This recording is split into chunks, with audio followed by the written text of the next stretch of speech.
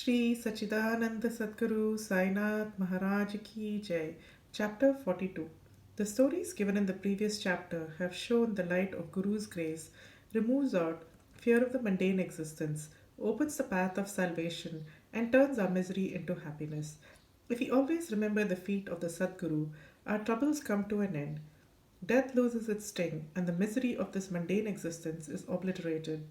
Therefore, those who care for their welfare should carefully listen to these stories of Sai Satcharitra, which will purify their minds. In the beginning, Hemant Pant dwells on Dr. Pandit's worship and his marking Baba's forehead with Tripundara, that is, three horizontal lines. But as this has already been described in chapter 11, this has been omitted here. Previous indication: the readers up till now heard stories of Baba's life. Let us now hear attentively Baba's passing away. Baba got a slight attack of fever on 28 September 1918 AD. The fever lasted for 2 or 3 days, but afterwards Baba gave up his food, and thereby he grew weaker and weaker. On the 17th day, that is Tuesday, the 15th October 1989, Baba left his mortal coil at about 2:30 p.m. 2 years before this, that is in 1916, Baba gave an indication of his passing away. But nobody understood it then. It was as follows. On the Vijayadashmi day, Baba at once got into wild rage in the evening when people were returning from Simolangan, crossing the border limits of the village. Taking off his headdress, kafni, and langota, etc., he tore them and threw them in the duni before him. On being fed by this offering, the fire in the duni began to burn brighter, and Baba shone still brighter. He stood there stark naked, with his burning red eyes, shouted, "You fellows, now take a look and decide finally whether I am a Muslim or a Hindu." Everybody was trembling with fear, and none dared to approach Baba. After some time, Bagoji Shinde, the leper devotee of Baba, went boldly near him and succeeded in tying a langota around his waist and said, "Baba, what is all this? Today is Simo Langan, that is Dasara holiday." Baba, striking the ground with his satka, said, "This is my Simo Langan." Baba did not cool down till 11 p.m., and the people doubted whether the Chavdi procession would ever take place that night. After an hour, Baba resumed his normal condition and, dressing himself as usual, attended the Chavdi procession as described before. By this incident, Baba gave a suggestion that Dasara was the proper time for him to cross the border of life, but none understood its meaning. Baba also gave another indication as follows: averting death of Ramchandra and Tatya Patil. Some time after this, Ramchandra Patil became seriously ill. He suffered a lot. He tried all remedies, but finding no relief, despaired of his life and was waiting for the last moment. When one then one midnight, Baba suddenly stood near his pillow. Patil held his feet and said, "I have lost all hopes of life. Please tell me definitely when I shall die." Merciful Baba said, "Don't be anxious. Your hundi, that is death warrant, has been withdrawn, and you will soon recover. But I am afraid of Tatya Patil. He will pass away on Vijayadashmi of Shaka 1840. Do not divulge this to anybody, nor to him, for he will be terribly frightened." Ramchandra Dada got well, but he was nervous about Tatya's life, for he knew that Baba's word was unalterable and that Tatya would breathe his last within 2 years. He kept this hint secret, told it to none but one Bala Shimpi, a tailor. Only these two persons, Ramchandra Dada and Bala Shimpi, were in fear and suspense regarding Tatya's life. Ramchandra Dada soon left his bed and was on his legs. Time passed quickly. The month of Bhadrapada Shaka 1840 was ending and Ashwin was in sight.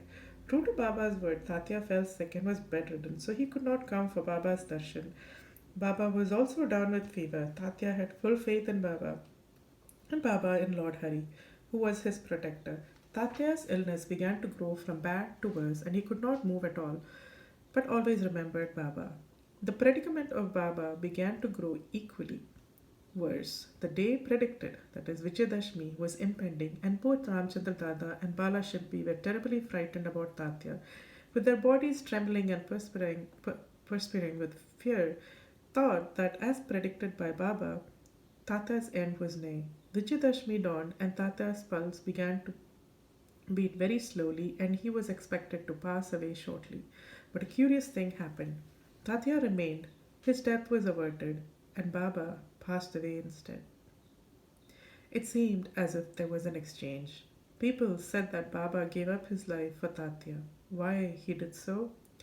He alone knows, as his ways are inscrutable. It seems, however, that in this incident, Baba gave a hint of his passing away, substituting Tatya's name for his own.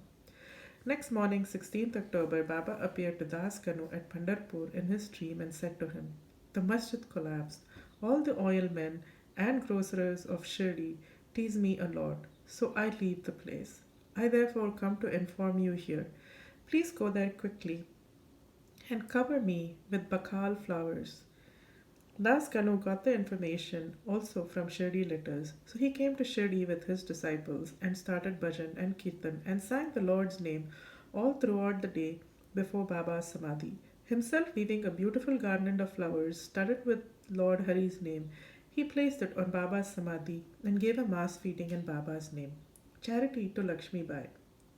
Dasara Vijayadashmi is regarded by all Hindus as the most auspicious time, and it is befitting that Baba should choose this time for his crossing the border line. He was ailing some days before this, but he was ever conscious internally. Just before the last moment, he sat up erect without anybody's aid and looked better. People thought that the danger had passed off and he was getting well. He knew that he was to pass away soon, and therefore he wanted to give some money as charity to Lakshmi Bai Shinde, Baba pervading all creatures. This Lakshmi Bai Shinde was a good and well to do woman. She was working in the masjid day and night. Except Bhagat Mahalsapati, Tatya, and Lakshmi Bai, none was allowed to step in the masjid at night. Once while Baba was sitting in the masjid with Tatya in the evening, Lakshmi Bai came and saluted Baba. The latter said to her, "Oh Lakshmi, I am very hungry." Off she went, saying, "Baba, wait a bit. I return immediately with bread." She did return with bread and vegetables and placed the same before Baba. He took it up, gave it to a dog. Lakshmi Bai then asked, "What is this, Baba? I ran in haste, prepared bread with my own hands for you, and you threw it to a dog without eating a morsel of it. You gave me trouble unnecessarily." Baba replied, "Why do you grieve for nothing? This appeasement of the dog's hunger is the same as mine. The dog has got a soul. The creatures may be different, but the hunger of all is the same. Though some speak and others are dumb, know for certain that he who feeds the hungry really serves me with food. Regard this an axiomatic truth. This is an ordinary incident, but Baba thereby propounded a great spiritual truth and showed its practical application in daily life without hurting anybody's feelings. From this time onward, Lakshmi Bai began to offer him daily bread and milk with love and devotion. Baba accepted and ate it appreciatingly. He took a part of this and sent the remainder to Lakshmi Bai through Lakshmi Bai to Radha Krishna Mai, who always relished and ate Baba's remnant prasad. This bread story should not be considered as a digression. It shows Sai Baba pervaded all creatures and transcended them. He is omnipresent, birthless, deathless, and immortal. Baba remembered Lakshmi Bai's service. How could he forget her? Just before leaving the body, he put his hand in his pocket and gave her rupees 5 and then rupees 4, in all rupees 9. This figure 9 is indicative of 9 types of devotion described in chapter 21. Or it may be the dakshina offered at the time of Simolangan. Lakshmi Bai was a well to do woman, and so she was not in want of any money. So Baba might have suggested to her and brought prominently to her notice the 9 characteristics of a good disciple mentioned in the 6th verse of chapter 10, Skanda 11 of the Bhagavad, wherein first 5 and then 4 characteristics are mentioned. In the first and second couplets, Baba followed the order. First paid rupees 5, then rupees 4, in all rupees 9. Not only 9, but many times 9 rupees passed through Lakshmi Bai's hand, but Baba's this gift of 9 she will ever remember. Being so watchful and conscious, Baba also took other precautions in his last moment. In order that he should not be embroiled or entangled with love and affection for his devotees, he ordered them all to clear off. Kaka Sahib Dixit, Babu Sahib Booty, and others were in the masjid, anxiously waiting upon Baba. But he asked them to go to the Wada and return after meals. They could not leave Baba's presence, nor could they disobey him. So, with heavy hearts and heavy feet, they left the Wada. They knew that Baba's case was very serious and that they could not forget him. They sat for meals, but their mind was elsewhere. It was with Baba.